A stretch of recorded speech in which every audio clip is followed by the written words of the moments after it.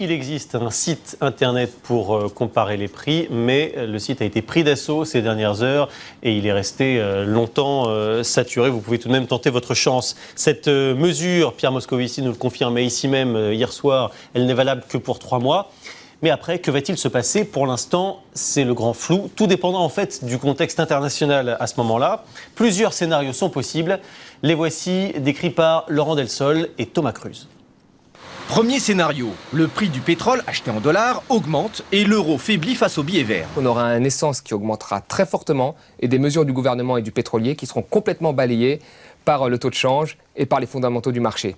Donc on aura un prix de l'essence qui grimpera très fortement.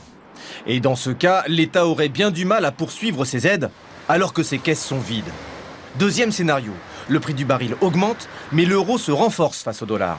C'est un scénario que la France a déjà connu. On se retrouve dans la situation de 2008, c'est-à-dire avec un prix du pétrole extrêmement élevé, mais un euro qui est très fort et qui, cette fois-ci, joue le rôle d'amortisseur. Et donc, sur les prix du carburant, on n'aurait probablement pas de hausse ou une hausse moins élevée. Troisième scénario, le prix du baril diminue et l'euro est fort. Il est peu probable, sauf si certaines situations géopolitiques changeaient. S'il y a une détente géopolitique, par exemple du côté de l'Iran, négociations sur le nucléaire, ou côté Syrie, etc., là, il peut également y avoir une baisse de prix. Ce serait le scénario le plus favorable.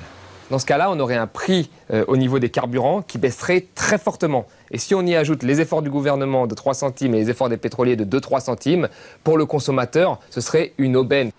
Enfin, l'appel de Pierre Moscovici et de ses confrères du G7 à augmenter la production mondiale afin de baisser les prix, pour ces spécialistes, c'est irréalisable car la production est proche de ses limites.